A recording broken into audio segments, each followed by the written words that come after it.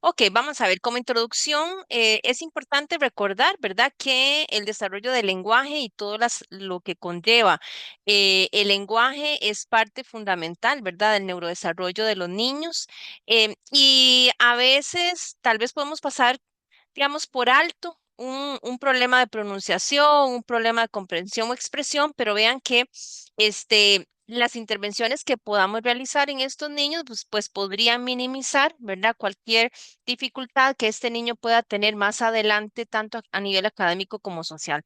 Estas alteraciones podrían tener un impacto negativo en cualquiera de estas áreas. Entonces, es importante ponerle cuidado y pues, como mencionaba Adelaida, ¿verdad? Hemos desarrollado también el manual 3, eh, que ya se les compartió a ustedes, ¿verdad? Y es un manual bastante completo de todas las alteraciones del habla y del lenguaje, todo lo que tiene que ver con trastornos de la comunicación. Entonces, pues la idea es, de nuevamente, ¿verdad? Como en todo neurodesarrollo, tratar de nosotros lograr una detección temprana y como menciono acá, optimizar, ¿verdad?, todas esas intervenciones y también abordar las posibles dificultades que puedan salir, ¿verdad?, producto de una alteración, en este caso, en el lenguaje.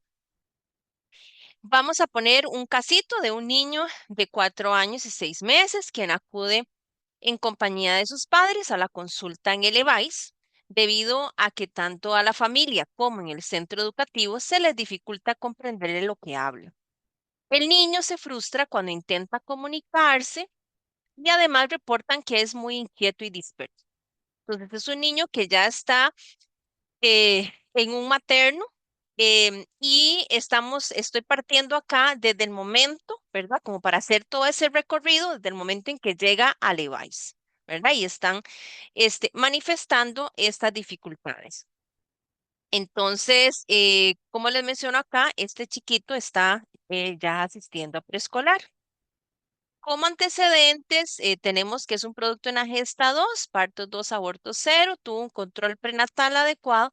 Sin embargo, pues nace de 34 semanas, ¿verdad? Se viene antitos, entonces es un niño pretérmino. Tuvo un internamiento durante 10 días por un distrés respiratorio leve. Sin embargo, este niño egresa, tiene oxigenación bastante estable, logrando lactancia materna, y tiene un tamizaje auditivo normal. Dentro de la historia, ¿verdad?, que hace este profesional, digamos, encuentra que, bueno, no hay patologías, digamos, asociadas a este niño, bastante sanito. Pero vamos a ver, digamos que este niño, a pesar de haber tenido un control, ¿verdad? Luego, acude, ¿verdad? Más adelante a Levi's, ¿verdad? Porque como había sido prematurito, entonces siguió cierto control. Pero cuando empiezan a hacer la historia, ¿verdad? Revisan de que el control, bueno, cefálico fue al mes de edad corregida, caminó a los 17 meses, actualmente sin dificultades motoras, ¿verdad? Es un niño que corre, camina bien, que a nivel de motor fino no encontramos mayor dificultad. En cuanto al lenguaje expresivo, tenemos que es un niño que sí balbuceó a los 7 meses, primeras palabras antes de los 13 meses, y actualmente construye frases entre 3 a 4 palabras, pero con omisión frecuente de artículos, dificultad con el uso de tiempos verbales y omisión de algunos fonemas como la D, la L y la ñ. Entonces, eso en cuanto a la parte expresiva, ¿verdad? Tenemos ahí esas dificultades en lo que corresponde a fonemas, pero vean que también ahí estamos teniendo cierta dificultad en la estructura de las frases, ¿verdad? De las oraciones. Muy bien. Nos vamos para la parte del lenguaje receptivo y es un niño que dice que comprende instrucciones simples y complejas. Sus padres indican que comprende todo lo que se le dice, sin embargo, con frecuencia no acata instrucciones. Entonces, es un niño, ¿verdad? Que cuesta como que, ¿verdad? Que cuando los papás le dan ciertas instrucciones, el niño acate y las cumple. En el área personal social, reportan que ese niño se relaciona bien con sus compañeritos, ¿verdad? Hay una interacción con ellos, excepto que en ocasiones se enoja y se frustra cuando no le comprenden, ¿verdad? Lo que él quiere decir. De acá, alguien que quiera hacer algún comentario de qué aspectos, digamos, de estas habilidades del desarrollo les llama la atención en este niño, o si consideran que todo lo que está acá está adecuado, o si ven algo que no está acorde a su edad. Recordemos que este niño nuevamente tiene 4 años, 6 meses y asiste a preescolar. Bueno, lo que yo les mencionaba, ¿verdad? Es un niño ahí con dispersión, un Dice una poco inquieto. compañera, no Ah, acata instrucciones. ok, sí, muy bien. Y vamos a ver un poquitito la parte del lenguaje.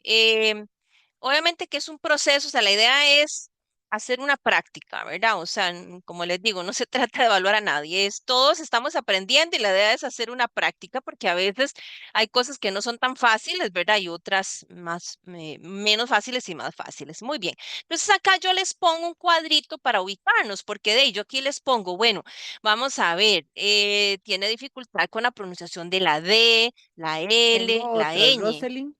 Ah, Dice, bueno, tiene frustración en la comunicación.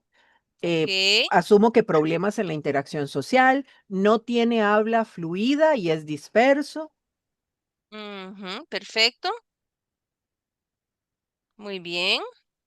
Sí, exactamente. Vean que acá, digamos, ya no nos estamos quedando solamente en una dificultad para pronunciar unos fonemas, ¿verdad? No es lo mismo que un chiquito llegue a los 4 años y medio y que tenga cierta dificultad para pronunciar solo la R, ¿verdad? O la L, a este niño que también se le está dificultando estructurar oraciones, entonces no utiliza los artículos, ¿verdad? Sino que más bien corta o a veces incluso omite ciertas palabras, ¿verdad? Entonces, ahí estamos hablando de una dificultad en la estructuración.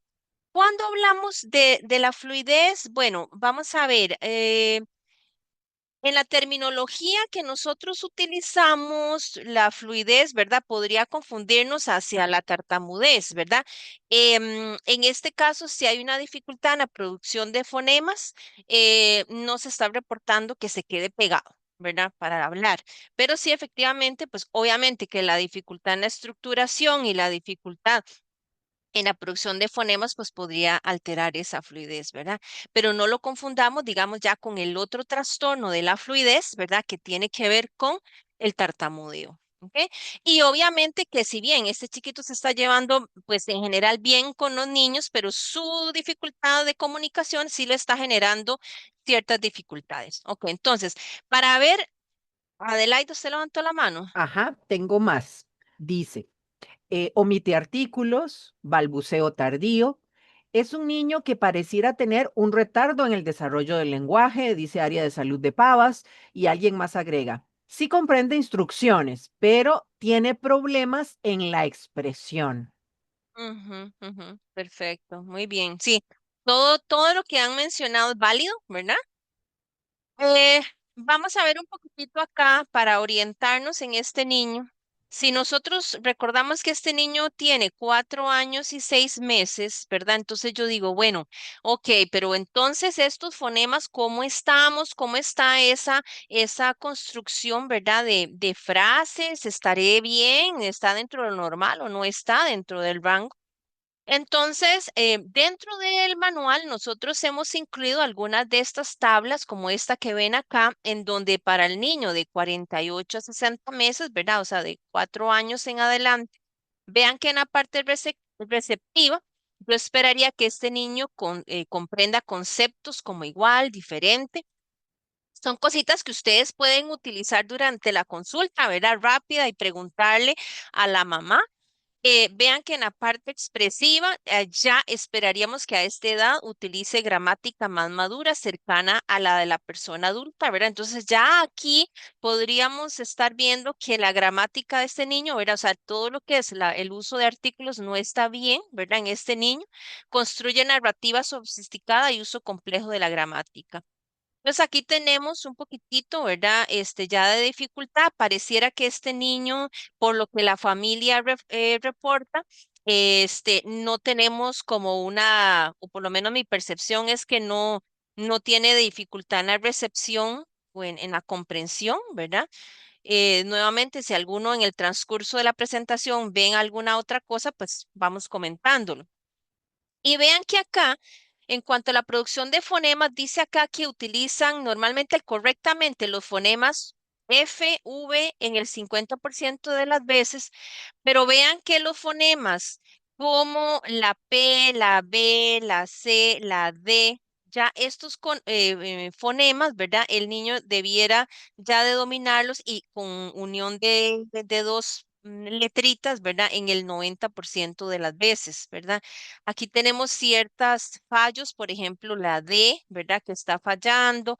Este, mm, la L, vean que la L está más atrás, ¿verdad? Está para niños de 36 a 48 meses. Y dijimos, ¿verdad? Si nos vamos para acá, este niño está fallando en la D, en la L y en la ñ, ¿verdad? Entonces, nuevamente, rápidamente nos podemos orientar y decir, sí, de verdad que definitivamente este niño, ¿verdad? Sí está presentando alguna dificultad o está presentando dificultades en la comunicación. Muy bien. Como antecedentes conductuales, además de lo que les mencioné, dice que desde los 3 años, ¿verdad? Los padres refieren hiperactividad y en el centro educativo en donde cursa el nivel de preescolar han manifestado que el niño presenta dificultad para permanecer sentado, interrupción frecuente en conversaciones. A pesar de que es un chiquillo con dificultad en la comunicación, ¿verdad? Pero sí interrumpe conversaciones de otras personas, ¿verdad? La docente manifiesta que en aproximadamente el 50% del tiempo no le comprende lo que dice y con frecuencia omite palabras o frases cuando está emocionado o apurado. Ok. De esta parte, ¿qué está? Hay dos aspectos. Uno en la parte conductual, ¿verdad? Y otra, lo que manifiesta la docente en cuanto a la inteligibilidad, o sea, esa capacidad que tienen las personas fuera de la familia, digamos, de comprender lo que el niño dice.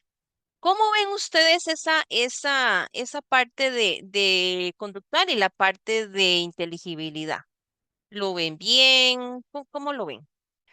Dice, riesgos de hiperactividad e impulsividad, alterados Claro. ambos, muy Mm, bajo la inteligibilidad del lenguaje para la edad. Sí, parece que perfecto. tiene un trastorno en el lenguaje expresivo, pero podría pensarse relación con trastorno de déficit de atención. Soy Yolanda. Hola, Ujú, Yolanda. Está muy buen punto. disminuido. Ajá. Ujú, muy Por bien. su impulsividad, al querer hablar, probablemente habla rápido y no se le entiende. Es hiperactivo, dice otra persona. Ujú, Baja ujú. inteligibilidad para la edad e hiperactividad e impulsividad, cierra la doctora Jagger. Ujú, claro, sí, muy bien, ¿verdad? Entonces ya ahí vamos percibiendo, ¿verdad? Que ese niño tiende a su posible déficit atencional. Sabemos que anda en los 4 años y medio, ¿verdad? Pero que ya desde esa edad, ¿verdad? Uno puede comenzar a observar manifestaciones o otro punto también, ¿verdad? Generalmente a veces los chiquillos hiperactivos impulsivos puede ser que hablen muy rápido por su misma impulsividad.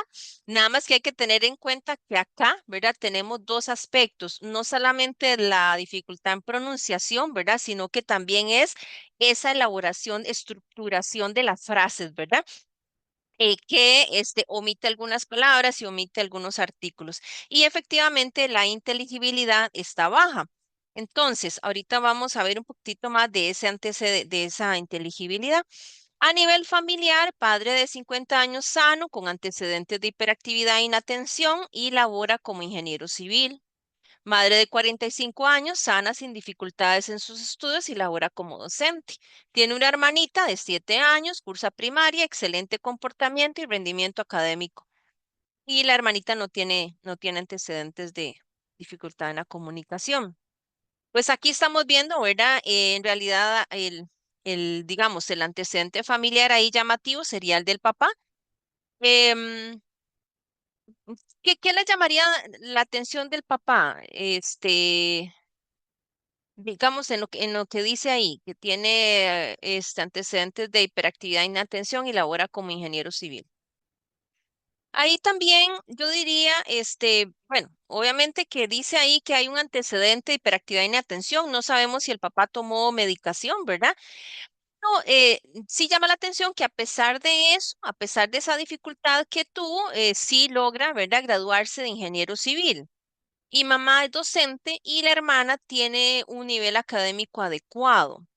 Y esto me hace pensar, ¿verdad?, que es una familia, por lo menos en esta, ¿verdad?, que no hay como indicios ahí de que exista algún miembro, digamos, con una limitación cognitiva, por ejemplo, ¿verdad?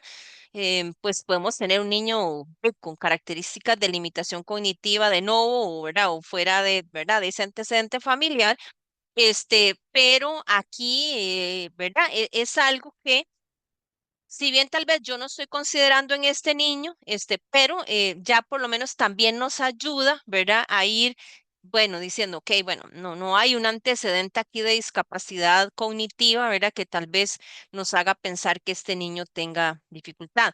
Ahora, por lo menos hasta ahorita, ¿verdad? No nos han manifestado en el centro educativo que esté enfrentando dificultades meramente académicas. Lo que reporta la docente es una dificultad en los periodos de atención y concentración. Muy bien. Ok, entonces, muy bien. ¿Verdad? Ante esta consulta, entonces, obviamente que ya llegamos, fuimos haciendo, digamos, la historia clínica, ¿verdad? Con antecedentes personales, los antecedentes familiares.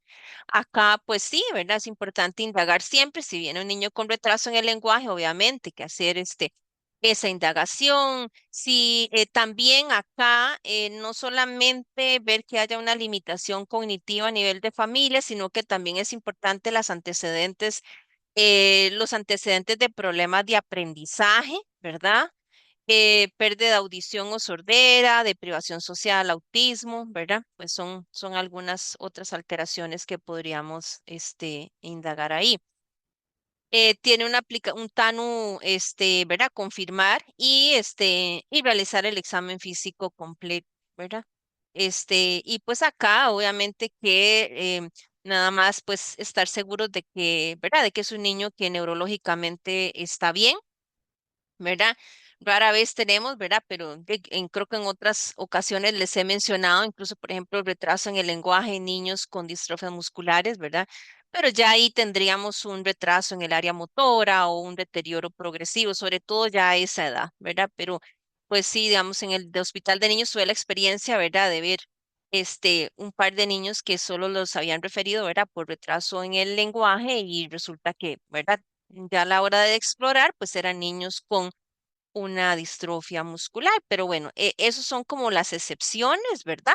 Pero en general en este niño, ¿verdad? Vamos bien, digamos, en cuanto al examen físico, está bien, no encontramos ninguna alteración ahí llamativa. Un poquitito, tal vez los signos neurológicos suaves presentes, de que dificultad un poquitito en los movimientos alternantes rápidos y inquieto en la consulta. Muy bien.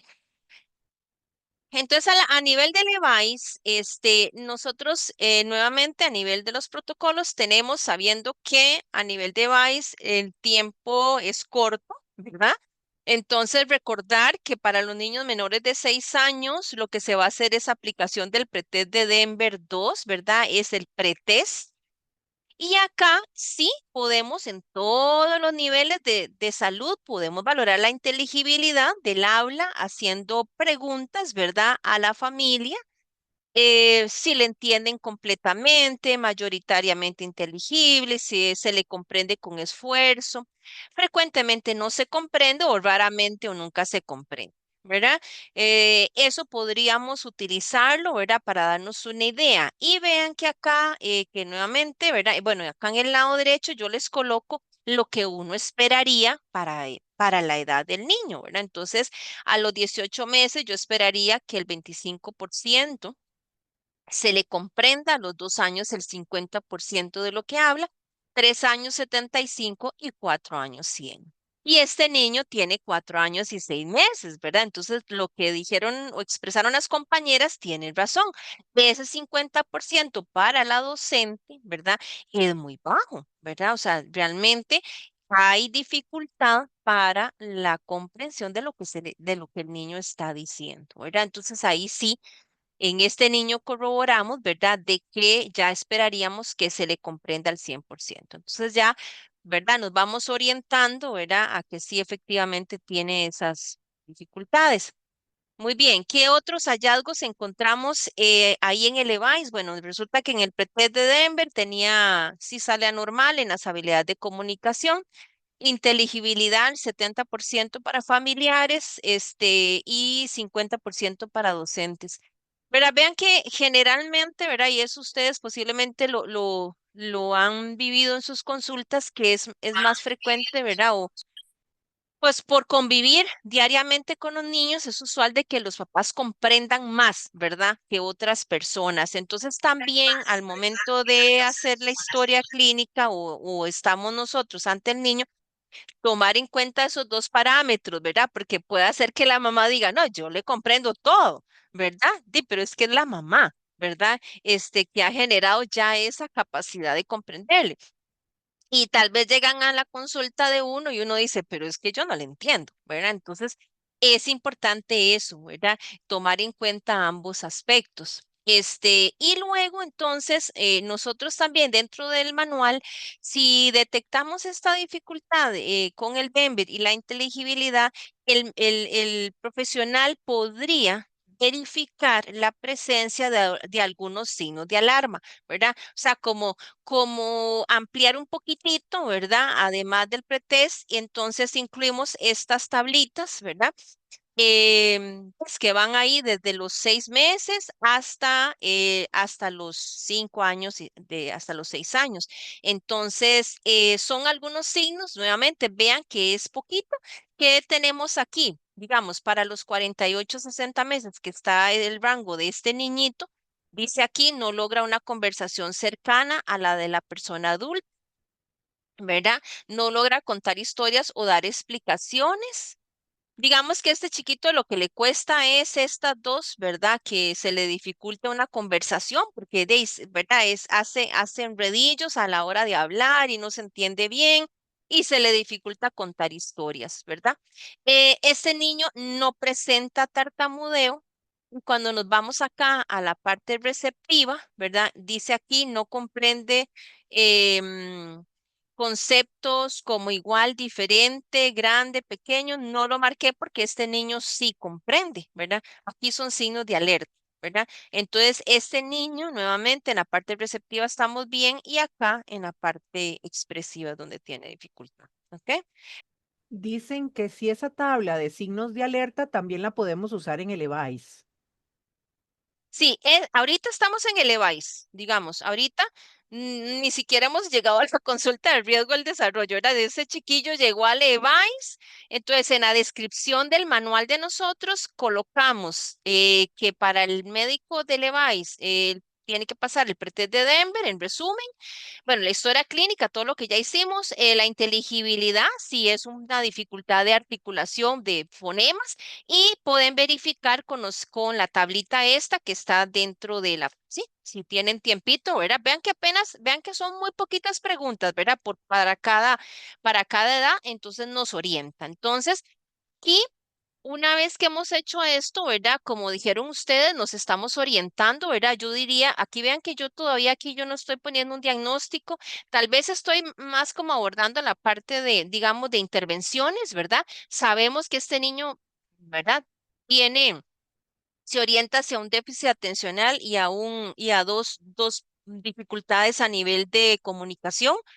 Uno lo que es el desorden fonológico y otro es el desorden en el lenguaje, ¿verdad? Sobre todo en el trastorno de específico del lenguaje o de lo que corresponde a la parte expresiva. En este caso, bueno, y la parte de, ¿verdad? Ya dije, del déficit atencional. Aquí, algunas de las recomendaciones que se proponen, ¿verdad? Podría ser el plan de estimulación del habla, ¿verdad? Cómo ayudarle en la parte de a la familia. Y acá les pongo ¿verdad? Esta figura en donde vemos esa foto, a la mamá leyendo, es fundamental, ¿verdad? Que promuevan ustedes la lectura, por lo menos 15 minutos. Pero no solamente es leer, ¿verdad? El cuento, la mamá le puede leer la historia, pero también podemos aprovechar y es hacerle preguntas de esa historia a ese niño y a esa niña, ¿verdad? ¿Y ahora qué pasó? ¿Y qué sigue? ¿Y de qué color es ¿verdad? Este muñequito, este animalito. ¿Qué piensan? ¿Verdad? Entonces, es aprovechar para lograr que ese niño se exprese en un ambiente que es tranquilo, ¿verdad? Que no estamos con presión.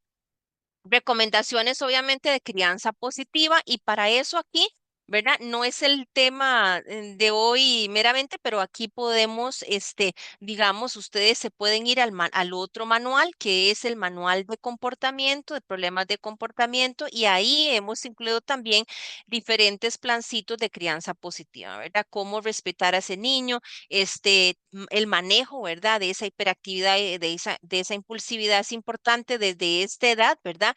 Y recordar que también, de la mano con estos planes del habla y de crianza positiva, también enseñarle a la familia al respeto en la toma de turnos cuando vamos a conversar, porque muchos de estos niños que tienen problema de comunicación, ¿verdad? Si todo el mundo habla rápido en la casa, si no hay turnos, si no se le da el chance de expresarse, generan más frustración, más retraimiento y entonces puede empeorar, ¿verdad?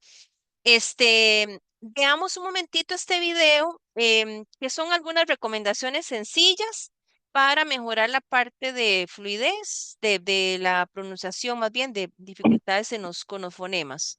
Hola amigos, bienvenidos a un nuevo vídeo de Happy Learning. Hoy vamos a conocer las sílabas. Igual que las oraciones están compuestas por palabras, las palabras están compuestas por sílabas. Saber separar las palabras en sílabas es muy sencillo, ya que cada una de ellas se pronuncia con un solo golpe de voz. Para que os resulte más fácil, lo vamos a hacer con nuestra amiga la trompeta. Vamos a usar como ejemplo la palabra caballo. Bueno, pues vamos a pronunciar esta palabra marcando bien los golpes de voz. Ca-ba-yo. Ahora lo vamos a hacer con nuestra amiga la trompeta. ¡Muy bien! Caballo. Ahora tenéis que contar cuántas sílabas tiene la palabra caballo. ¡3! ¡Exacto! Tiene 3 sílabas. Como ya sabemos que la palabra caballo tiene 3 sílabas, lo vamos a intentar con otra palabra. Por ejemplo, con bicicleta. Vamos a cantar con nuestra amiga la trompeta. Bicicleta. ¿Sabéis cuántas sílabas tiene? Muy bien, tiene 4 sílabas. Ok, bueno, eso es un ejemplo, ¿verdad? De lo que podemos utilizar y sabemos que podemos utilizar palmas, podemos utilizar un tambor, o sea, ¿verdad? Cualquier instrumento musical, o el mismo sonido, ¿verdad? Que la mamá vaya haciendo, etcétera, ¿verdad? Entonces, pues esos son planes que se pueden, ejecutar. Obviamente que este niño, ¿verdad? Estamos a una edad de 4 años y medio, ¿verdad? No estamos hablando de un niño de 3 años, 2 años que uno puede solo basarse en un plan de estimulación y punto, ya este niño se nos sale casi, ¿verdad? Y posiblemente requiera su terapia de lenguaje. Pero la idea es que hagamos esas prácticas de que desde el Levice podamos aportar, ¿verdad? Y no solamente esperarnos a que lo atiendan en terapia, porque sabemos que a veces pues hay listas de espera o con frecuencia. Entonces, por eso es que incluimos algunos de estos materiales. Muy bien. Vamos a seguir acá. Y entonces acá ya tenemos que ese niño es referido a la consulta de riesgo del desarrollo. Entonces, yo aquí les anoto algunas acciones que podríamos implementar. Tal vez de estas, ustedes me pueden ir, digamos, yo las voy a ir leyendo y tal vez pueda ser que alguna de estas no sea necesariamente lo que vamos a implementar de primeras a primeras, digamos, en la consulta de riesgo del desarrollo. ¿Ok? Entonces, si quiere, yo se las leo y más bien, tal vez ahí pueden, no sé, si anotar en el chat más bien para hacerlo más rápido, tal vez la que no, o las que no, las que no harían, ¿verdad? Entonces, una es escuchar las inquietudes del padre, madre o persona cuidadora acerca de la conducta del niño y de la dificultad en el habla. Confirmar la historia clínica, ¿verdad? Revisar, como ya tenemos el EDOS, pues revisar cómo está la historia clínica que se realizó en el EVAIS, si hace falta algo, eh, cómo salió, cómo estuvo el examen físico según el médico del EVAIS y cómo salió el pretest de Denver. Yo esperaría entonces que el pretest venga, ¿verdad? Descrito en la referencia. Confirmar que se le haya hecho aplicación de las recomendaciones para crianza positiva, ¿verdad? En el hogar. Vamos a iniciar la medicación para este niño. Vamos a indicarle a la familia que por ser hombre va a tomar más tiempo a que hable y que debe esperar unos 6 meses a que mejore. Podemos completar la lista de verificación de síntomas pediátricos y podríamos aplicar otros tamizajes según las manifestaciones presentadas por el niño. Entonces, leyendo esto, digamos, de estas cuales ustedes no harían.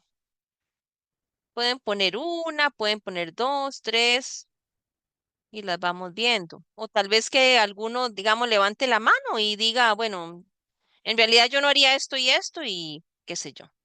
Tengo Puede varias ser. ya. Ok. Que por ser hombre se espere. Ajá, Indicarle, bueno, lo de hombre varias veces, ¿verdad? ajá, No se medica, o sea, aún no se medica, y eso también varias. Em, ujú, ah,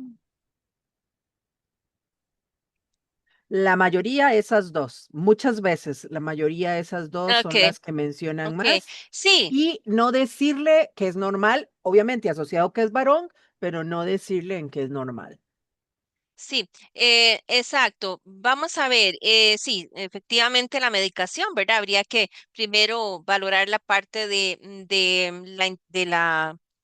todo lo que corresponde a la aplicación de recomendaciones para la crianza positiva, trabajar tal vez con el centro educativo, ¿verdad? O sea, ya ahí tenemos que, ¿verdad? Valorar qué se está haciendo a nivel del centro educativo. No quiere decir que esto vaya a resolver un déficit atencional, o sea, eso lo tenemos claro y si el niño va hacia déficit atencional, es muy probable que pueda ser que requiera medicamento. Ahí más adelante. Recordar que la medicación está para mayores de 6 años a nivel de la caja. Está avalado ya, ¿verdad? Por ejemplo, a nivel del Hospital de Niños, si no me equivoco, creo que les avalaron para niños más pequeños, pero ya serían niños que realmente ustedes vean que el funcionamiento, porque aquí no es solamente que tenga hiperactividad o que tenga impulsividad, es el impacto que esto le puede generar, ¿verdad? En las habilidades y volviendo a, digamos, a recordándonos de la CIF, ¿verdad? De la participación, de cómo el entorno está afectando. O sea, hay una serie de aspectos que, como dicen ustedes, podemos hacer antes de proceder a la medicación. Y el otro aspecto es esta parte de hombre, ¿verdad? Que eso también lo hemos visto en otras ocasiones y también lo mencionamos en el manual de que los hombres sí, como muchas de las alteraciones del neurodesarrollo se ven más frecuentes, ¿verdad? Entonces, no es que porque sea hombre va a hablar más tarde, es que los hombres tienen más predisposición a tener dificultades de la comunicación. Entonces, más bien aquí es donde tenemos que, más bien sería un signo de alerta, digamos, por verlo así, sería signo de alerta más bien ser hombre porque va a tener más riesgo, ¿verdad? Entonces ahí tenemos que monitorear un poquito más de cerca a estos niños, ¿verdad? Muy bien. Bueno, como estamos en un niño de 4 años y medio, bueno, ya aquí pasó tal vez, ya tiene como 4 años, que mientras que lo vio Levi y si mandaron recomendaciones, puede ser que ya haya llegado como a los 4 y 8, 4 y 9, por ahí, ¿verdad? Porque el niño va creciendo. Yo aquí apunté que ustedes, y es parte del manual, pueden completar la lista de verificación de síntomas pediátricos que esta lista de verificación pues nos permite, ¿verdad? Ver manifestaciones internalizantes, manifestaciones externalizantes como la hiperactividad, impulsividad y manifestaciones de inatención. Entonces, pueden recurrir a esta lista, es un cuestionario pequeño, ¿verdad? Y eso lo pueden utilizar, ¿ok? Muy bien, aquí se podrían aplicar también otros tamizajes, ¿verdad? Digamos que de algún otro tamizaje que ustedes vayan a realizar en la consulta de riesgo del desarrollo, ¿qué le pasarían ustedes a este niño?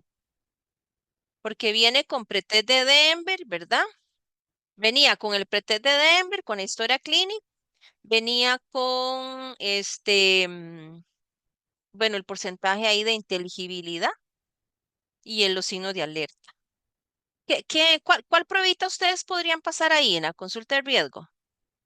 Ok, bueno. Denver Ujú, completo, SNAP 4 a la madre y la docente, Elles and Stelles, Denver ok, 2, figuras muy de GESEL, agrega a bien. alguien, Ajá, ok, ajá, muy Elles bien, and muy bien. Stelles, No, no, si es que están hechos bueno.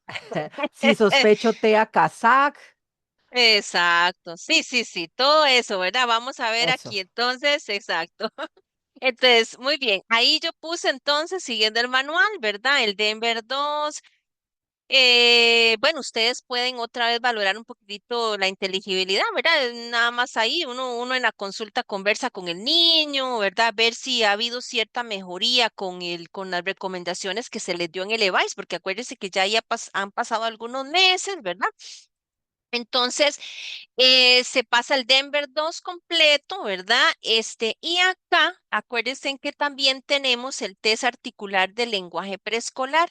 Entonces, ese también nosotros lo incluimos en el manual y aquí ya ustedes pueden entrar un poquito más en detalle, ¿verdad? Acuérdense que en el manual está esta lista y de la mano están las figuras, ¿verdad? Como el pato, las flores.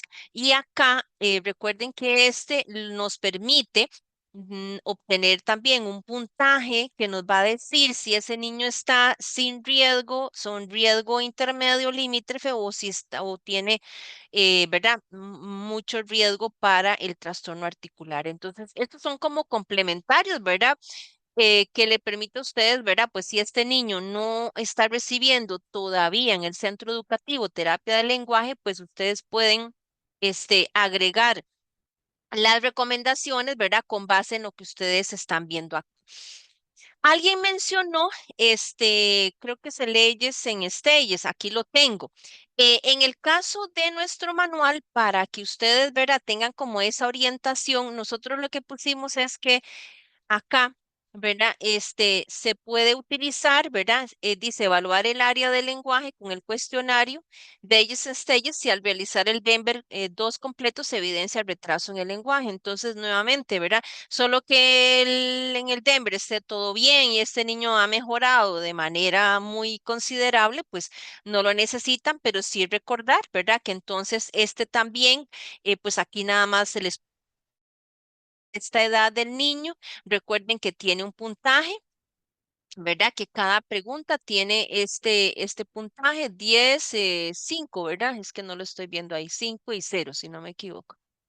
Em, y ¿cómo se llama? Y que de la mano de cada grupo de preguntas viene digamos, este esquemita, ¿verdad? Esta escala de puntaje para ver si el niño, digamos, si están en la parte blanca, puntúa en la parte blanca, está dentro del rango normal, si es gris, limítrofe y negrito, ya sería un niño con retraso, ¿verdad? Entonces, muy bien.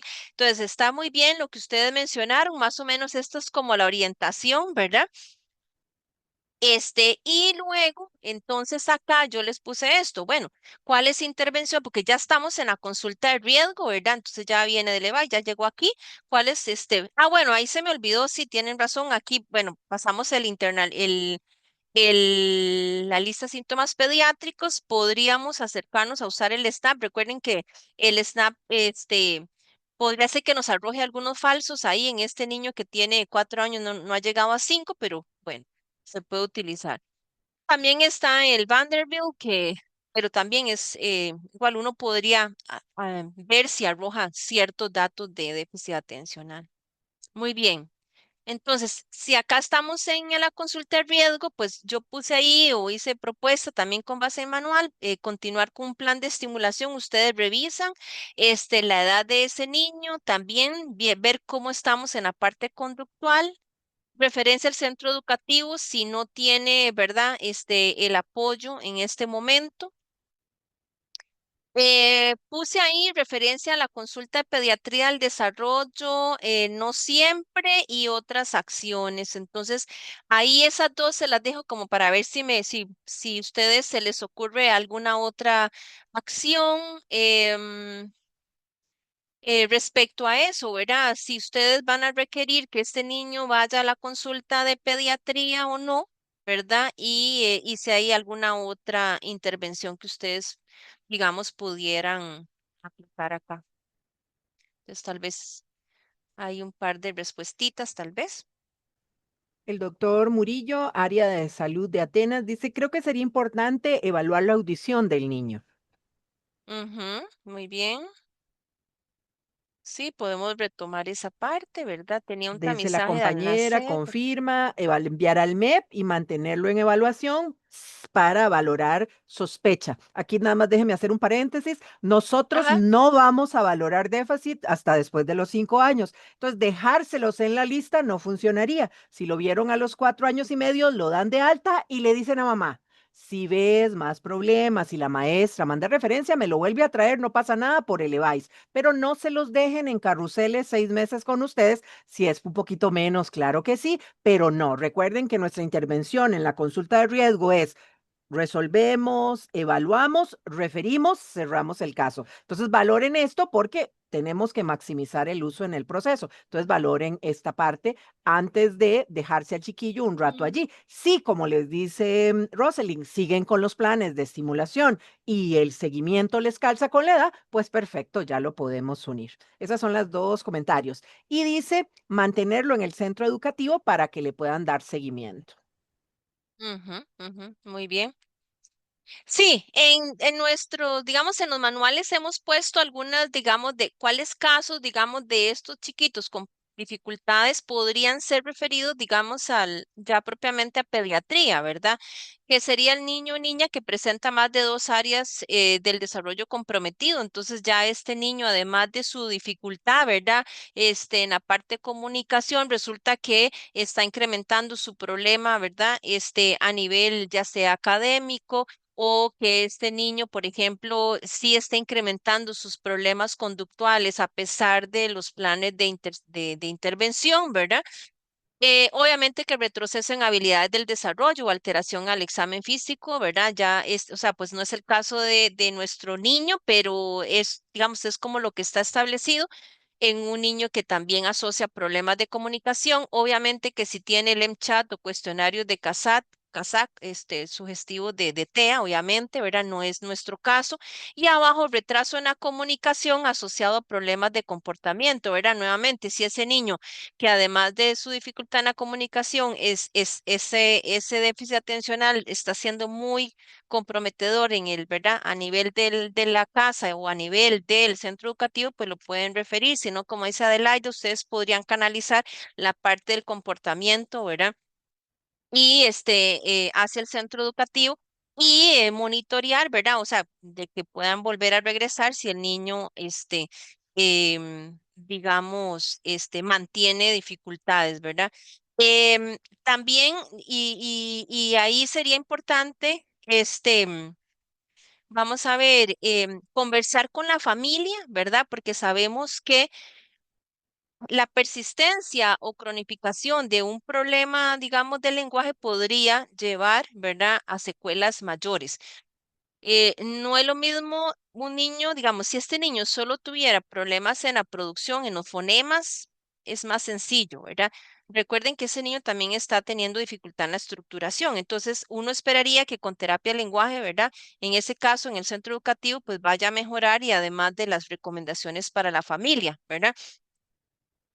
Em, digamos que fuera en el caso de este niño, que ya casi, digamos que ya va llegando, ya aplicamos sus planes de estimulación y todo, y está con terapia, pero el niño sigue con mucha dificultad, ¿verdad? Ya con cuya hiperactividad e inatención está siendo muy impactante en su calidad de vida y en el hogar. Ajá, y entonces, pues sí, digamos que el pediatra ahí podría, digamos, podría verlo, ¿verdad? Y aquí algunas de las recomendaciones que están dentro del manual es verificar la implementación nuevamente, ¿verdad? Siempre vamos a trabajar con la familia, eso es fundamental. Verificar que esté recibiendo, ¿verdad? El abordaje en el centro educativo, ¿verdad? Y si no proceder. Y ahí, podríamos ya, digamos que este niño tenga que ya ha llegado a los 5 años, tal vez 5 años y algo podríamos, ¿verdad? Hacer algunas otras acciones, ¿verdad? Entonces, no sé ya a nivel de la consulta de pediatría, los que ya les corresponde, que están por aquí, ¿qué pensarían, digamos? Porque este niño ya, digamos que ya va llegando a los 5 años, que tal vez algún par de acciones ahí. La doctora Cubillo de Upala plantea alta y si persiste el problema de conducta a los 5 años, referir de nuevo para ahora sí evaluar por trastorno de déficit de atención. Ujú. Sí, exactamente. Digamos, ya ahí estamos llegando donde el pediatra, ¿verdad? Digamos, tal vez ya fue referido porque había una persistencia, ¿verdad? Entonces, vamos a ver, aquí, Selenia tal, dice, también desde ajá, pediatría, y ahora sí pensar en medicación como estrategia paralela. exactamente, muy bien. Sí, vean que acá ya hemos ido con todo este proceso, ya llegamos aquí. Perdón que se ve un poquito ahí borrosillo, es que la captura de pantalla no me quedó como muy bien, pero aquí lo estoy señalando. Ya nos estamos ubicando en la consulta de pediatría o riesgo del desarrollo. Entonces acá, acá algunas de las recomendaciones, sí, ya podemos valorar, ¿verdad? Si este niño, recuerden que también este niño con dificultades en la comunicación, digamos que podría asociar a futuro algún problema de aprendizaje. Ustedes pueden revisar qué fue lo que ustedes mencionaron anteriormente. Pueden ser que ustedes lo valoren con la prueba de Gesell, ¿verdad? Em, Podrían repetir el leyes and stages, pero ya digamos aquí, Gesell sería una herramienta y nosotros hemos incluido esa herramienta. ¿Para qué? Pues para estar seguros, ¿verdad? Si este chiquillo, como dicen ustedes, bueno, sigue con Gesell está bien. Preguntamos en la escuela y tal vez académicamente le está yendo bien, tal vez un poquitito de problemas en la escritura, puede hacer que este niño ya comience, ¿verdad? Con algunas dificultades en ciertos tracitos. Como dice Selenia, ahí podríamos, ¿verdad? Considerar la posibilidad de la medicación en caso, ¿verdad? Porque acuérdense que a veces el tratamiento por déficit atencional no solamente ayuda a bajar la impulsividad e hiperactividad, sino que también ayuda un poco en las funciones ejecutivas. Y el Gesell nos va a ayudar también a definir si este niño tuviera algo más, ¿verdad? Yo no esperaría que este niño tenga un problema cognitivo o digamos en cuanto a su coeficiente intelectual, ¿verdad? Propiamente dicho, teniendo en cuenta de que venimos con un antecedente de que la parte comprensiva está bien, pero esto puede ser un complemento, ¿verdad? Eh, Manejar algunas de las comorbilidades, ¿verdad?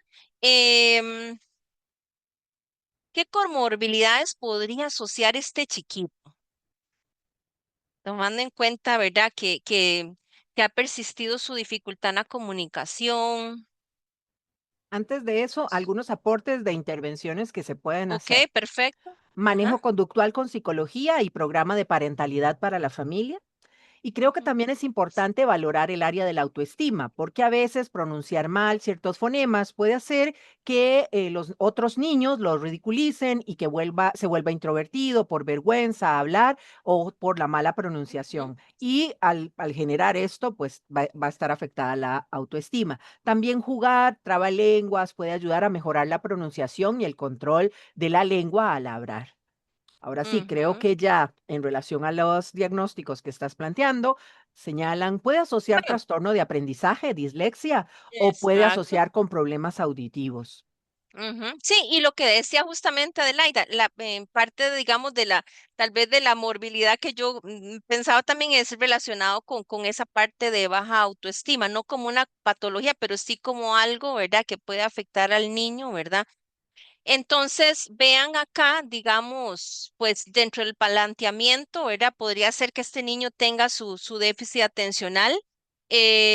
Recordemos que este niño, ¿verdad? Dentro de los criterios que están acá, ¿verdad? Este niño tiene inatención, hiperactividad y frustración.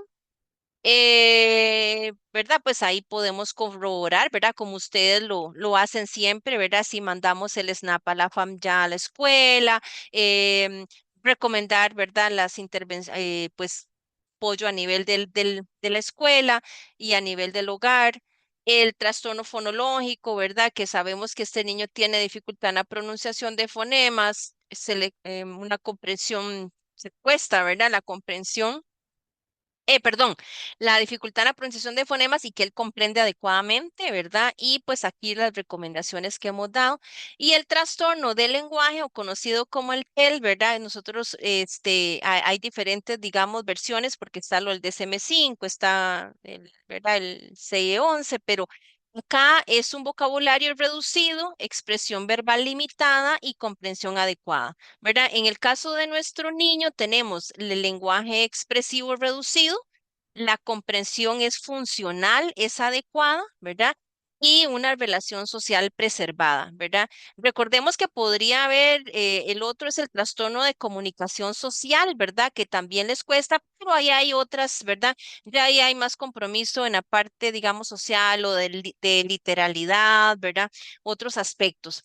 Y estos son, como decía, a ver, aquí como mencionaba Adelaida, ¿verdad? Algunos apoyos, ¿verdad? Que pueden ir paralelos a la terapia del lenguaje, como los juegos, juegos imaginarios, la lectura, cantar, ¿verdad? Como decía Adelaida, la clasificación de objetos, ¿verdad? Jugar de clasificar por formas, por colores, etcétera. Entonces hay mucho en la literatura, nuevamente también en el manual nosotros incluimos, pero que son acciones, ¿verdad? Que parecen sencillas, pero que pueden tener un impacto positivo, ¿verdad?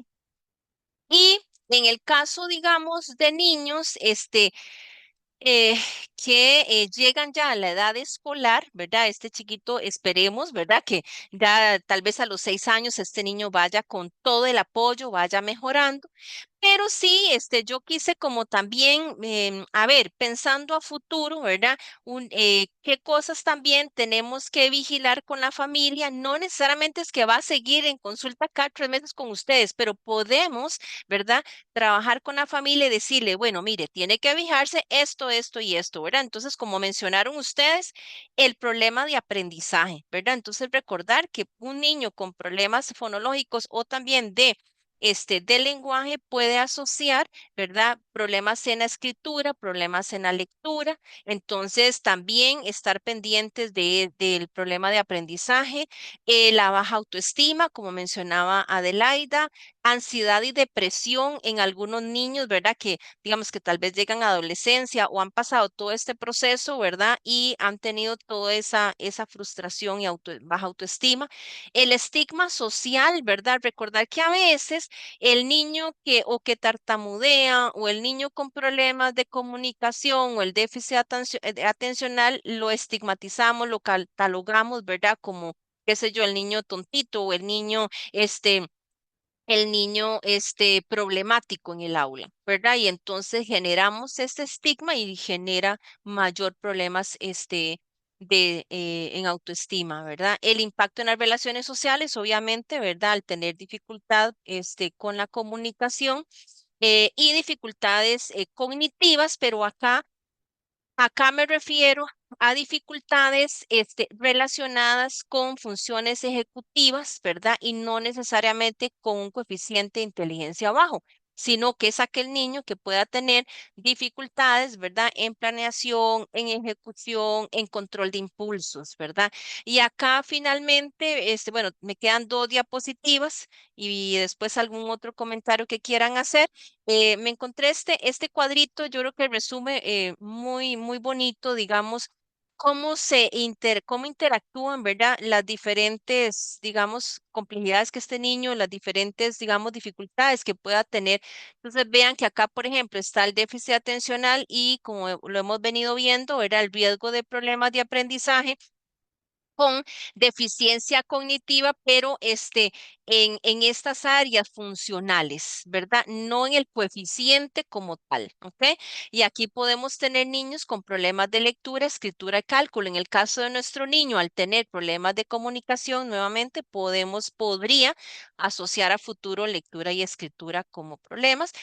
Bueno, el trastorno de la coordinación, ¿verdad? No entré en detalles en este punto, pero sí podrían haber niños, ¿verdad? Ya sabemos que el déficit atencional tiene mayor riesgo de trastornos de la coordinación, pero ya ese niño podría tener más dificultad con la escritura, más dificultad en educación física, ¿verdad? Ya lo que son actividades de amarrarse, cordones, botones, cortar con tijera, etcétera, ¿verdad? Y obviamente que también todo esto podría acarrear mayor problema de conducta. ¿Ok? Eh, para diagnóstico diferencial, con el CI bajo, ¿verdad? Entonces sí, uno podría decir, puña, ese niño tendrá o no dificultades, propiamente cognitivos en su coeficiente, su capacidad intelectual, ¿verdad? No pareciera ser, pero nada más recordar que, por ejemplo, yo esperaría que si este niño tuviera un coeficiente bajo, tendríamos mucho problema en la resolución de problemas. Sería un niño que constantemente amerita ayuda, ¿verdad? De sus padres, de sus docentes para que logre terminar las actividades diarias. Podría tener un compromiso, ¿verdad? En el lenguaje expresivo, pero receptivo también, ¿verdad? Entonces, ya aquí sí tenemos dificultad en la comprensión de instrucciones, dificultad para responder preguntas, ¿verdad? Entonces, vean que pues nuestro caso estaba preservada en la parte de comprensión. Compromiso en el aprendizaje, ¿verdad?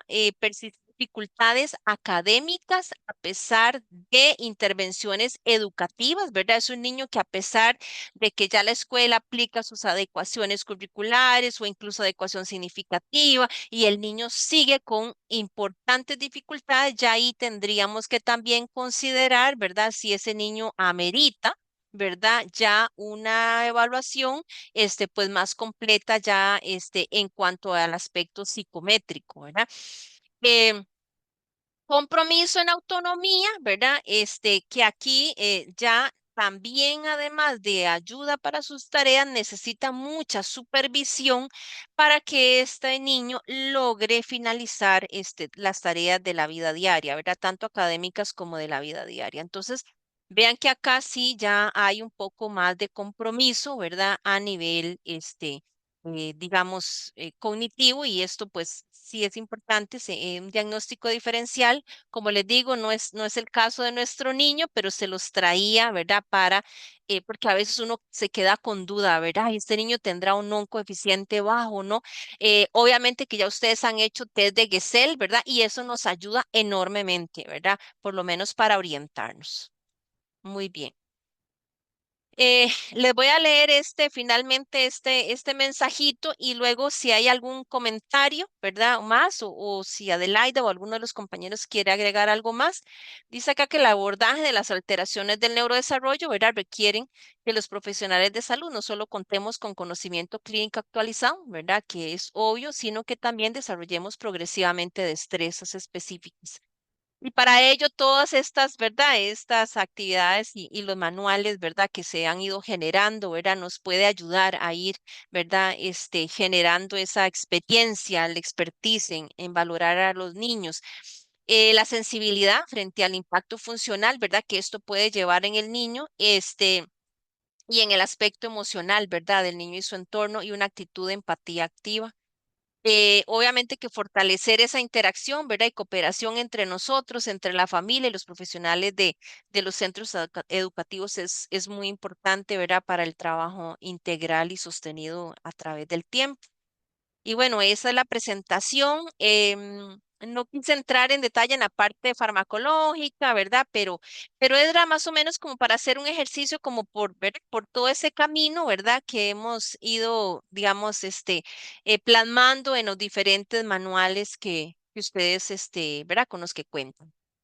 A mí me corresponde presentarles un caso clínico de los trastornos del sueño durante la niñez. Escogí, digamos, uno típico. En realidad van a ver ustedes que no hay nada de complejidad, pero que posiblemente con frecuencia se presentan en la consulta, sea en el EVAI, sea en la consulta de riesgos de desarrollo, sea en la consulta de pediatría, sea un familiar, ¿verdad? Entonces, es importante que conozcamos sobre el tema. No pretendo con este caso clínico que aprendamos o que seamos expertos en todos los trastornos del sueño, pero al final les voy a dar un poquito de apoyo ahí en ese sentido para tener, digamos que todo el compendio de bibliografías más recientes en el tema para que podamos desarrollarnos o ampliar el tema en cualquier momento que podamos. Entonces, vamos a comenzar. Entonces, iniciamos como todo en pediatría con la historia clínica, el motivo por el cual la familia viene a nosotros y nos solicita este apoyo, nos necesita ayuda. Entonces, vamos a ver los datos generales. Este es un niñito que se llama Carlos. Carlos tiene 4 años y 2 meses. Es un varón, se encuentra en este momento asistiendo a preescolar y el motivo de la consulta a la madre es que tiene episodios repetidos de llanto intenso durante la noche, asociados a conductas de pánico que preocupan a los padres. Entonces ya ahí vemos ya el motivo de consulta, ya claramente yo creo que la mayoría ya nos lleva a pensar en que dentro de las posibilidades diagnósticas o dentro de las posibilidades de los trastornos del sueño, cuál podría empezar a sonarnos dentro de la gama de posibilidades. Siguiente. Dentro de los antecedentes personales tenemos que prenatales y perinatales fue un embarazo controlado, sin complicaciones, nacimiento a término, parto vaginal, peso adecuado, un Apgar 8-9. El desarrollo psicomotor se ha presentado dentro de los parámetros normales. Antecedentes médicos, es importante decir acá que el niño es asmático, controlado con beclometasona, 2 inhalaciones 2 veces al día, y Montelukast 4 miligramos por día. No ha tenido convulsiones nunca en su historia.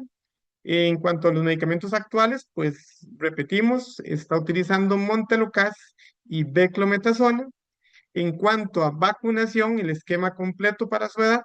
Y en cuanto a antecedentes familiares, lo único que la mamá dice es que tenía situaciones parecidas durante su infancia. O sea, que a ella, la abuelita de Carlitos le dice, a usted le pasaba lo mismo. Y se le quitó como a los 10 o 12 años. ¿Verdad? Entonces, eso es lo que le dice la abuela de Carlitos a la mamá para tratar de calmar.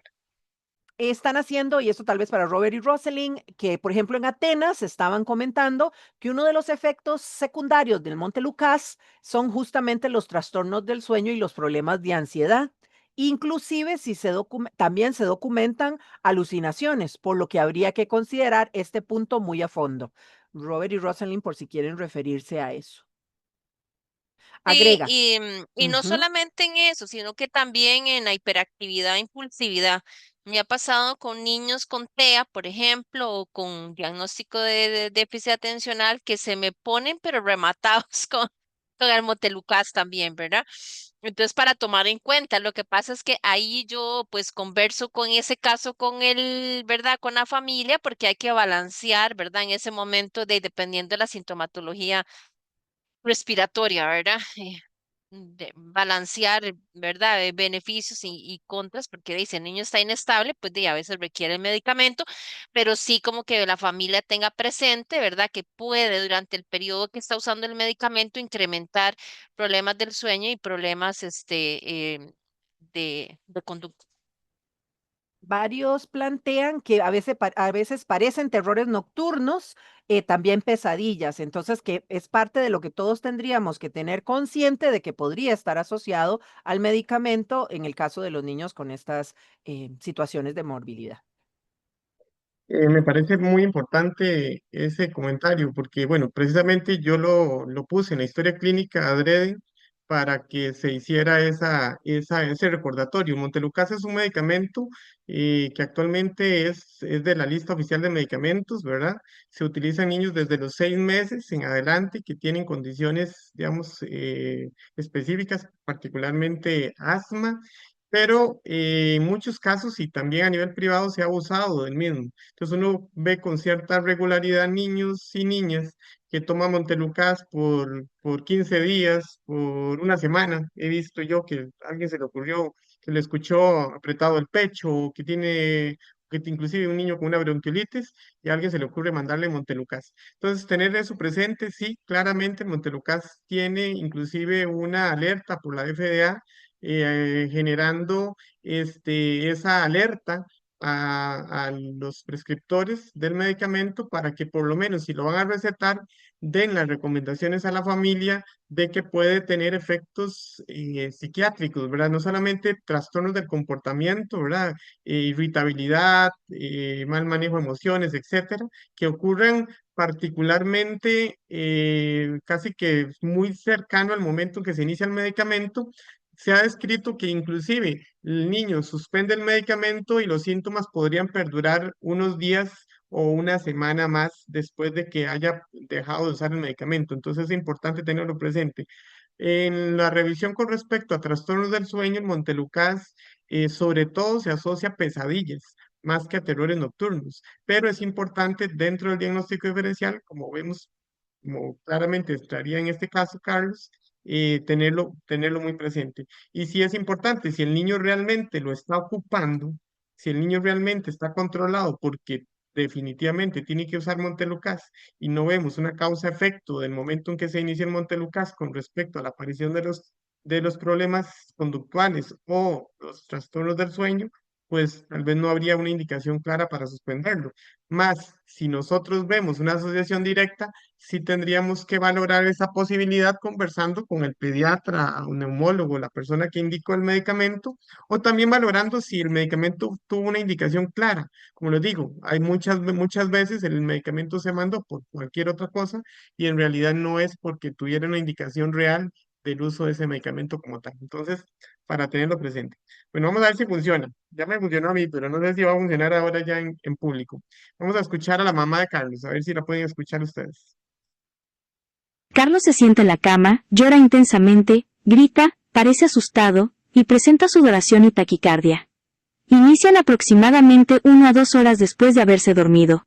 No responde cuando se le habla ni cuando se le intenta consolar. Los episodios duran entre 5 y 10 minutos y luego vuelve a dormirse. Al día siguiente, no recuerda lo sucedido. Ocurren entre 2 y 3 veces por semana desde hace 2 meses. Hemos intentado despertarlo durante el episodio, pero no lo logramos. ¿Qué les parece esa historia? ¿Qué les parece eso que nos cuenta la mamá de Carlos? Tengo dos comentaritos en el chat. ¿Mm? Sí, es para somnias de tipo no REM, por Ujú. terrores nocturnos, terror nocturno. Perfecto, muy bien, bueno, excelente. Veo que están muy bien, ¿verdad? Y perfectamente encontramos detalles. Ahora vamos a ir ahondando un poquito más sobre elementos ya de la evaluación que se le hizo a Carlitos. Pues en la evaluación física, neurológica y del neurodesarrollo, el estado general es un niño alerta, activo, sin signos de enfermedad, un examen físico general y neurológico dentro de parámetros normales. Se le hizo el tamizaje en neurodesarrollo aplicando el pretest Denver 2 y es normal. No hay algo que nos oriente a pensar en que haya adicional a esto otro trastorno de neurodesarrollo. Y esto es importantísimo, ¿verdad? Sabemos con claridad que muchos niños con trastornos del neurodesarrollo diversos, ¿verdad? Trastorno de déficit atencional, hiperactividad,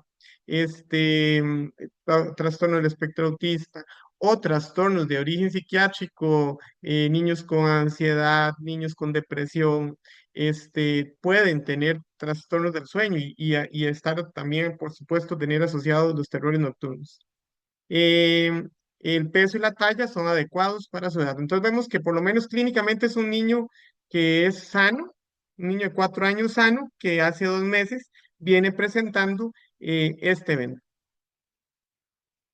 ¿Cómo realizamos entonces la evaluación de Carlitos? Bueno, hay varios elementos que hay que tener presente a la hora eh, de como de ir sacándole esos detalles que la mamá tiene o que la familia tiene y que nos pueden permitir definir claramente el diagnóstico, hacer un diagnóstico diferencial o encontrar algunos otros detalles que sean relevantes para el manejo del niño como tal.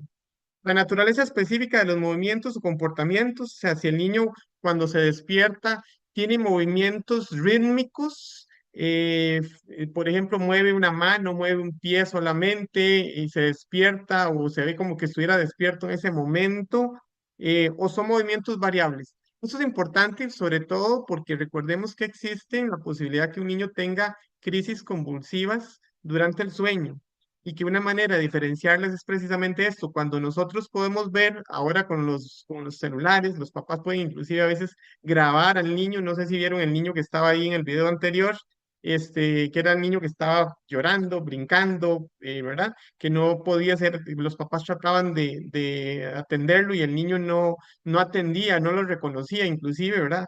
Pero tenía movimientos variables, ¿verdad? No un movimiento estereotipado, no un movimiento fijo, específico. Eso nos permite en parte hacer diferenciación con crisis convulsivas nocturnas.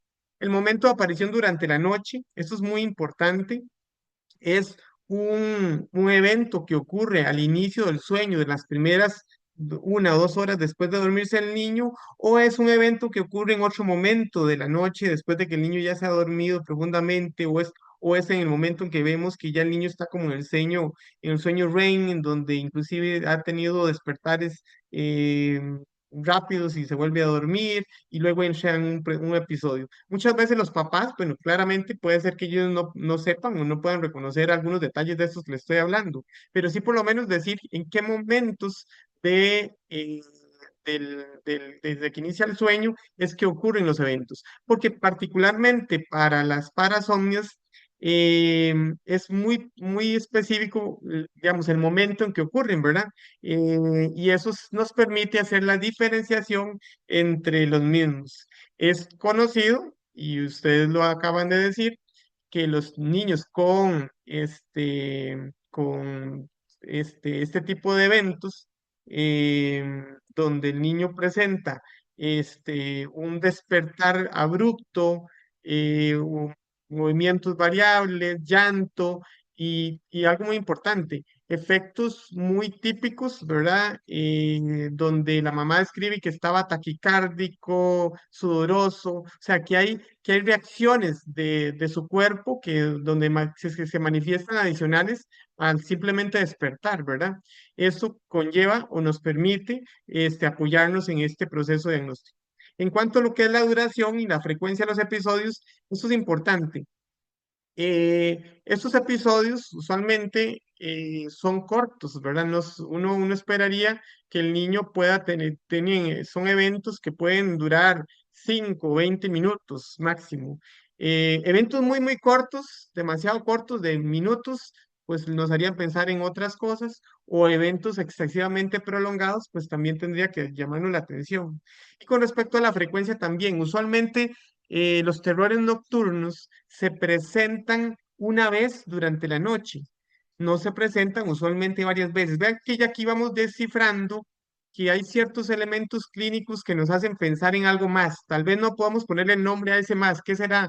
¿Por qué no? Pero ¿por qué no cumple los criterios típicos del terror nocturno, que sería como lo más usual o lo más normal o lo más corriente, ¿verdad? Entonces, esos detallitos, esos signos de alarma que podemos ir viendo en la historia clínica, nos pueden ir orientando a pensar, mira, ¿será que este niño necesita algo más que educación o necesita algún otro proceso de evaluación diagnóstica que inclusive o referencia que yo necesite hacer, ¿verdad? Cuando se me salga de lo usual. Entonces, la duración y la frecuencia, eso es un punto importante.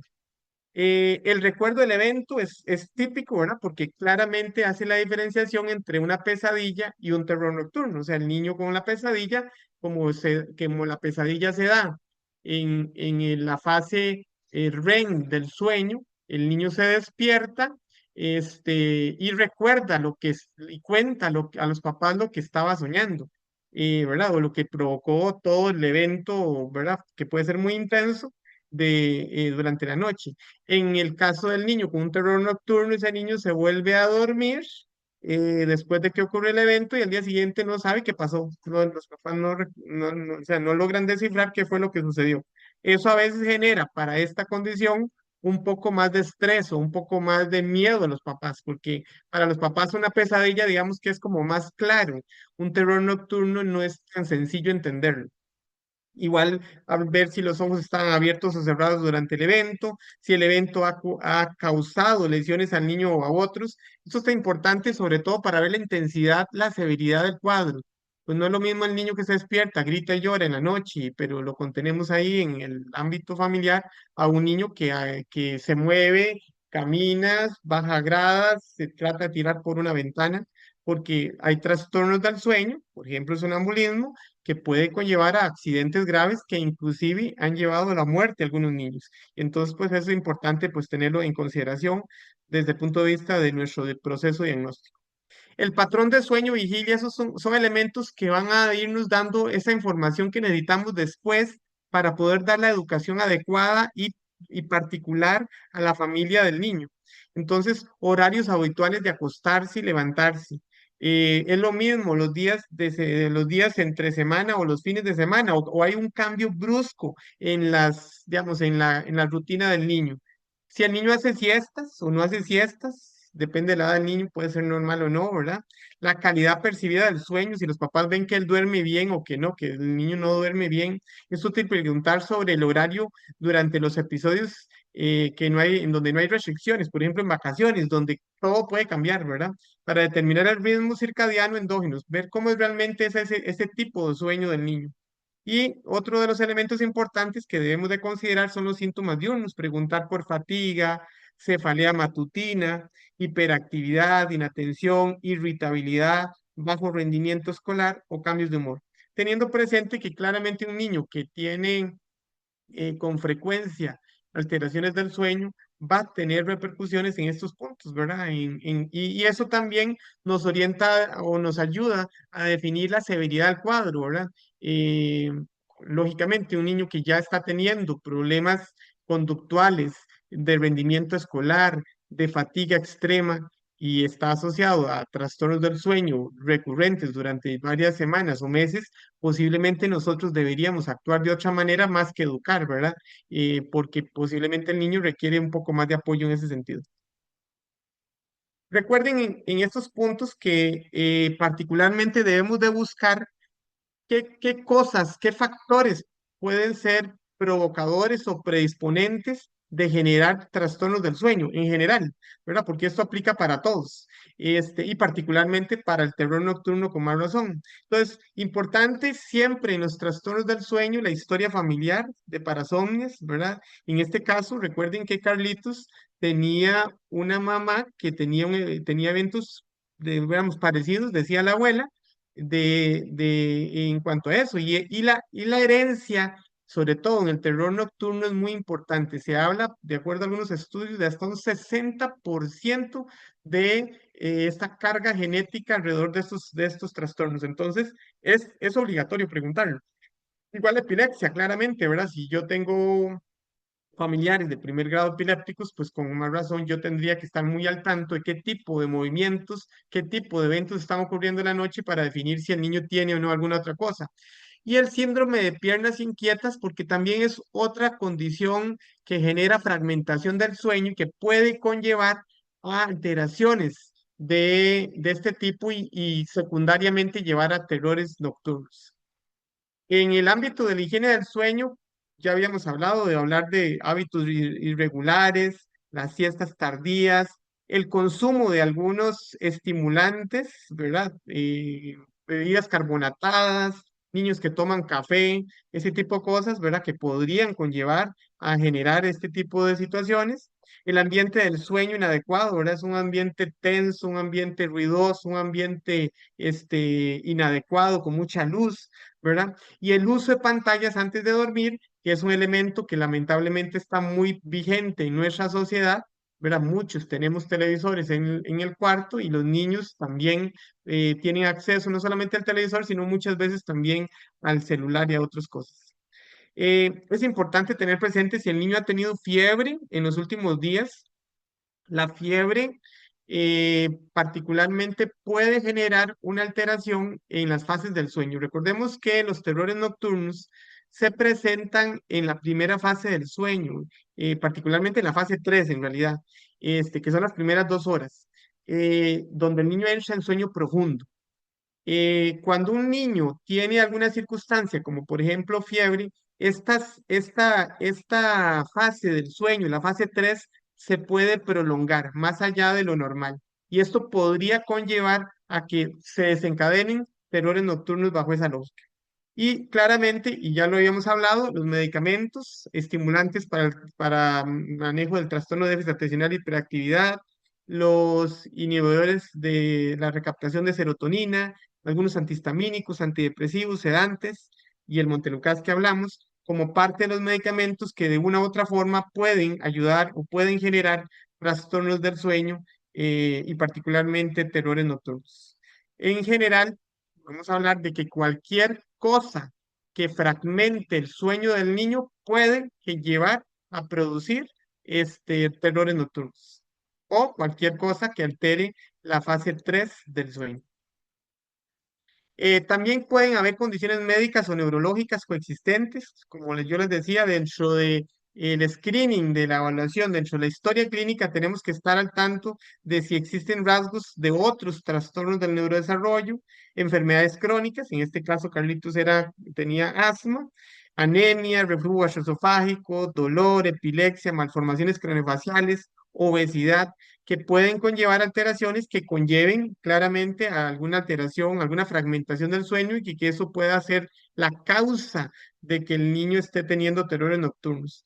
Y lógicamente factores psicosociales o estrés, eventos estresantes, ansiedad diurna, discordancia marital, problemas de salud mental en los padres, cualquier situación que genere estrés puede conllevar a que el niño desencadene durante ese tiempo los terrores. Entonces, pues aquí a Carlos uno obligatoriamente podríamos estarle preguntando si Carlos, ahora que empezó la escuela, como tiene 4 años y 2 meses, si puede ser un factor que le esté estresando, si la mamá o la familia ha tenido algún cambio desde el punto de vista laboral. De repente la mamá, como Carlitos, entró a la escuela y ahora también ella está en un trabajo diferente, ya tal vez no está tanto tiempo con él se siente, hay angustia por separación y eso genera ansiedad y eso conlleva a que Carlitos no duerma bien y que al final termine con terrores nocturnos durante la primera fase del sueño. Lógicamente, el examen físico es fundamental. Debemos de buscar signos de trauma por los eventos, porque eso nos permite definir severidad y nos permite orientar el proceso de manejo que podríamos establecer. Si hay signos de bruxismo, moretones con movimientos violentos, ¿verdad? Que nos hagan pensar en algo más. Y signos de trastornos subyacentes que puedan causar o exacerbar los problemas del sueño. Claramente, la obstrucción de vías respiratorias superiores, si revisamos, si tiene unas amígdalas gigantes, el niño ronca durante su proceso nocturno, ¿verdad? Es retronatia, respiración bucal, índice de masa corporal elevado, le tomamos la presión y está hipertenso. Todo eso podría orientarnos a que hay algo más, ¿verdad? Que puede conllevar estas comorbilidades a desencadenar alteraciones a la hora de dormir. Nosotros tenemos el manual de procedimientos de atención al niño y la niña con trastornos del neurodesarrollo y el comportamiento, particularmente el módulo 2 nos establece el manejo o el proceso de abordaje de manera muy general, sin ser muy específico para cada uno de los trastornos del sueño, pero nos da una generalidad. Y yo creo que a partir de aquí es que nosotros podemos aprovechar de algunos elementos, sobre todo cuando la historia clínica y el examen físico no nos permiten llegar a un diagnóstico definitivo. Entonces nosotros podríamos echar mano a algunas herramientas que este manual de procedimientos tiene y que nos pueden ayudar. Entonces, por ejemplo, en el documento está este formulario que está para imprimir para 2 semanas. Entonces uno le puede imprimir al papá si uno tiene dudas ¿verdad? De qué tipo de trastorno del sueño tiene el niño, no hay como una claridad. En este caso, Carlitos, pues yo creo que es muy claro, pero para en general, para los trastornos del sueño, yo podría imprimirle esto a la familia y decirle, necesito que de lunes a domingo me describan cada una de estas características del sueño de Carlos. La hora en que Carlos se duerme, la hora en que Carlos se despierta, si hay siestas y cuánto es la duración, si está roncando, si tiene despertares por la noche, qué tipo de despertares, si ya ponerle nombre, si es que se levanta, si se despierta y sueña y se acuerda del sueño, o si son gritos y gritos, pero asociados a alguna alteración orgánica de tipo taquicardia, sudoración, palidez, etcétera, asociado a eso. Despertares por la noche, somnolencia durante el día, conductas anormales durante el sueño, si hay sudoración, inquietud, interrupción del sueño y actividades que realiza una hora antes de dormir. Si los papás nos traen esto bien hecho por 2 semanas, creo yo que, y verán ustedes, que claramente uno podría ir definiendo cuáles son las características del sueño, cuál es el diagnóstico definitivo que tiene Carlos por su sintomatología y qué elementos tendríamos nosotros que tener en cuenta para educar a la familia o corregir. Claramente, si no hay chance, porque yo sé que a veces darle cita en 2 semanas es casi imposible en nuestros servicios, pues yo también con esto me podría orientar dentro a hacer la historia clínica muy puntual para que por lo menos me genere una descripción general de la situación del niño al momento en que llega con nosotros. También recuerden que existe dentro de este documento, en el anexo 12, una entrevista estructurada, ¿verdad? Que tiene estas siglas en inglés que sirven para también definir qué tipo de trastorno del sueño tiene el niño. Esta particularmente se utiliza en mayores de 2 años y nos permite, esta otra herramienta nos permite también, dependiendo de la respuesta de las diferentes preguntas, ¿verdad? Tener un contexto claro de la situación del niño y del diagnóstico, porque esta particularmente herramienta que está dentro de los anexos, particularmente el anexo 13, que es la escala de Bruni, nos da información diagnóstica, nos permite decir exactamente cuál es el trastorno del sueño, por lo menos de los más comunes, que está presentando el niño como tal. Entonces son elementos que podemos tener en cuenta en los procesos de atención que nosotros generamos en estos niños. Bueno, ya claramente, no más decir que el niño Carlitos tiene terrores nocturnos y ahora sí viene todo este proceso de manejo, de evolución, ¿verdad? Que podemos hacer para trabajar con la familia de Carlos y ayudarles en el proceso.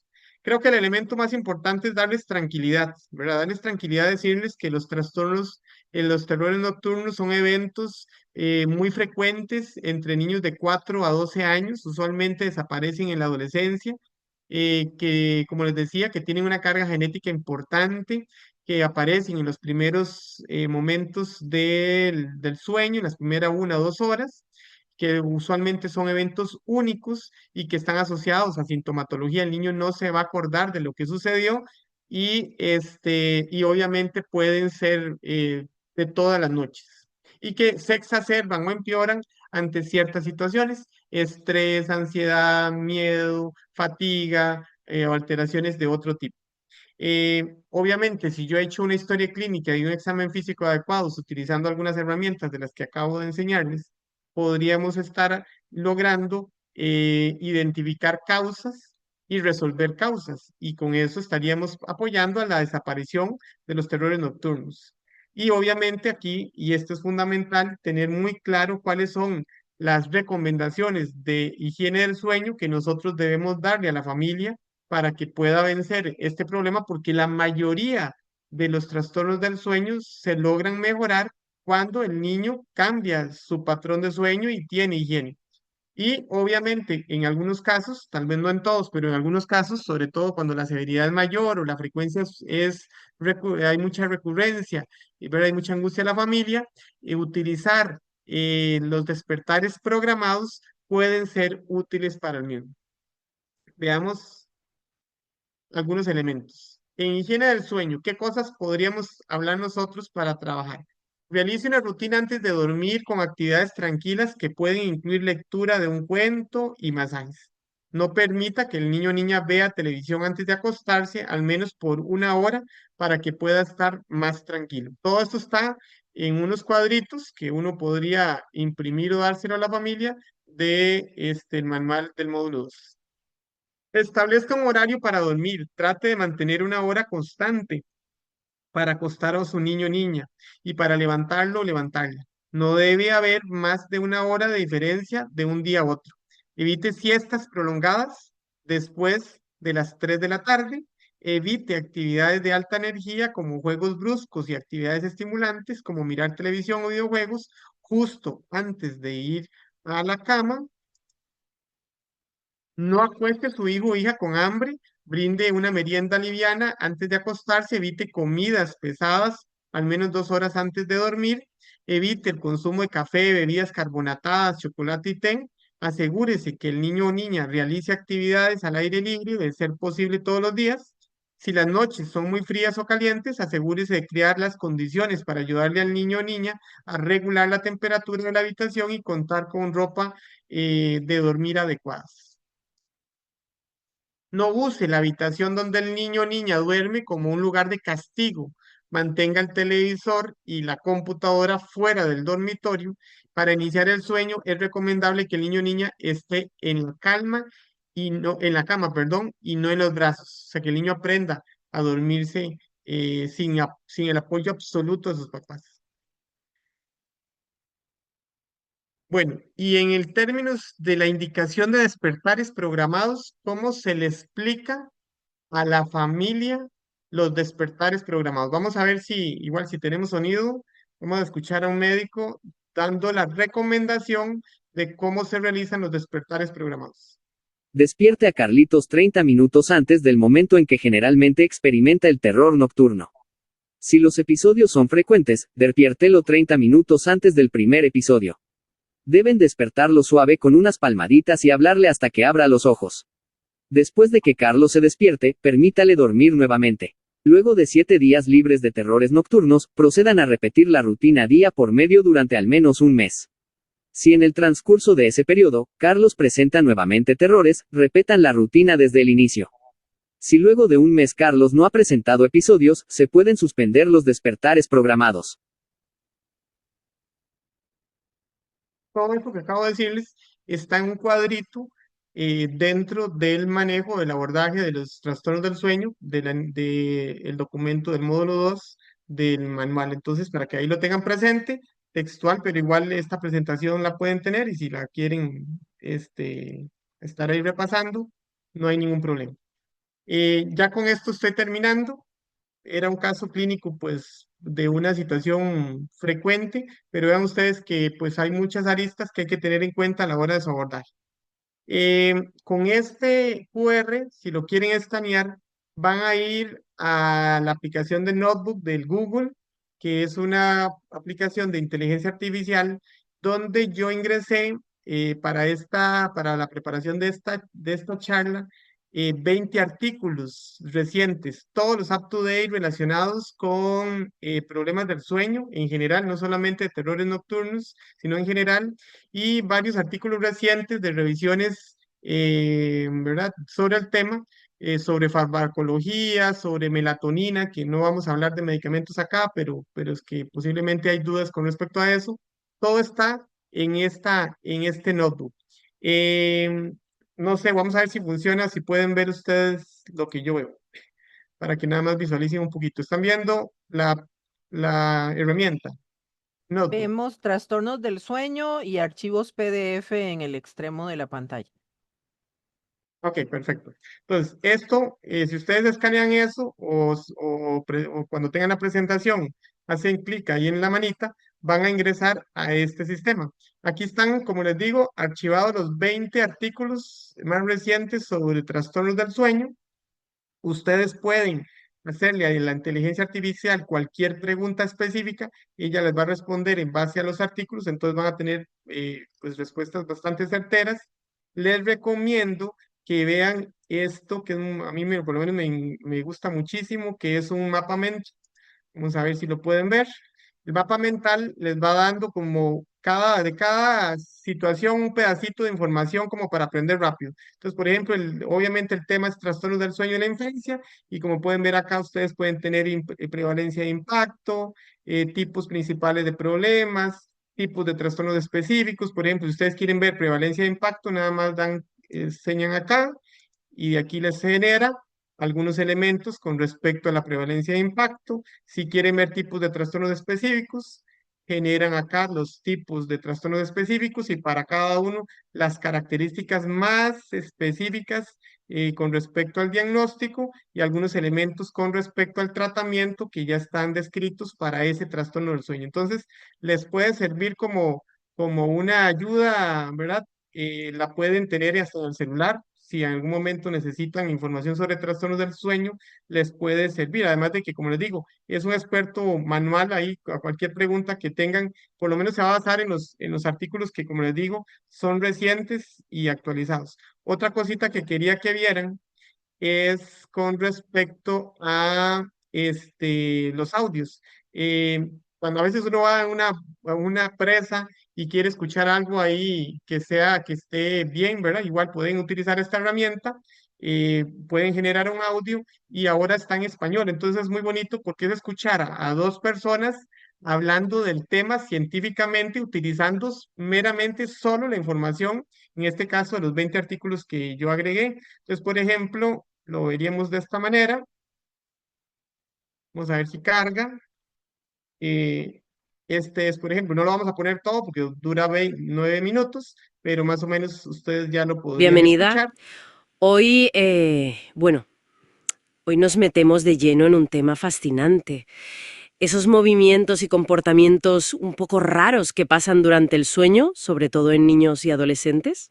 Ahora, sí, un tema que preocupa a muchos padres, la verdad. Tenemos bastante material interesante de Up to Date.